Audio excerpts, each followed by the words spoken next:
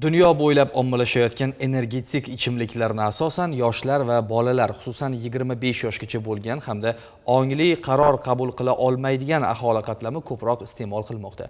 Bu esa yoshlarning shunday ichimliklarga o'rganib qolishiga olib kelib, ularning salomatligiga jiddiy xavf tug'dirmoqda. Bojxona qo'mitasi tomonidan respublikamiz hududiga chetdan olib kelinayotgan energetik ichimliklarni hujjatlarda gazlangan ichimliklar tarzida ko'rsatib, bojxona to'lovlaridan bosh tortishga uringanlar to'xtatib qolindi.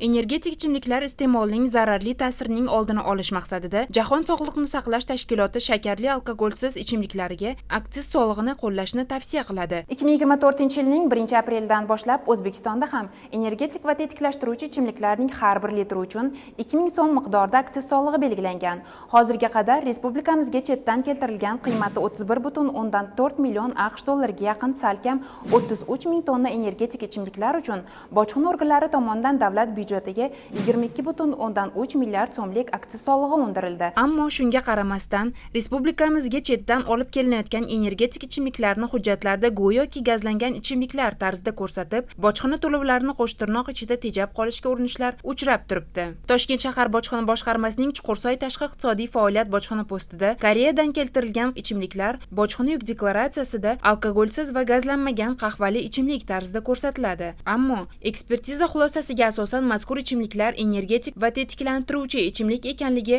ma'lum bo'ldi. Ushbu tovarlarga nisbatan salkam 37 million so'm qo'shimcha bojxona to'lovlari hisoblandi. Xuddi shunday holat Sirg'ali tashqi iqtisodiy faoliyat bojxona postida ham fosh qilindi. Qarangki, xorijdan keltirilgan energetik ichimliklar bu gal hujjatlarda kuchli gazlangan ichimlik tarzida qayd etilgan. Shu zaylda yuk egalari davlat byudjetiga undirilishi lozim bo'lgan salkam 80 million so'mlik bojxona to'lovlarini qo'shtirnoq ichida tejamoqchi bo'lishgan. Bojxona maqsadlarining asosiy vazifalaridan biri hisoblanmish to'lovlarni to'liq va to'g'ri undirilishini ta'minlash maqsadida Markaziy bojxona laboratoriyasida energetik va tetiklashtiruvchi ichimliklarni aniqlash yuzasidan yangi turdagi ekspertiza joriy qilindi. Ushbu ekspertiza natijasida hozirgi kunda aniqlangan 17 ta holatda umumiy 668 million so'm qo'shimcha bojxona to'lovlari hisoblandi va davlat byudjetiga undirilishi ta'minlandi. Hozirda yuqoridagi holatlar yuzasidan bojxona tekshiruvlari va surishtiruv harakatlari davom ettirilmoqda.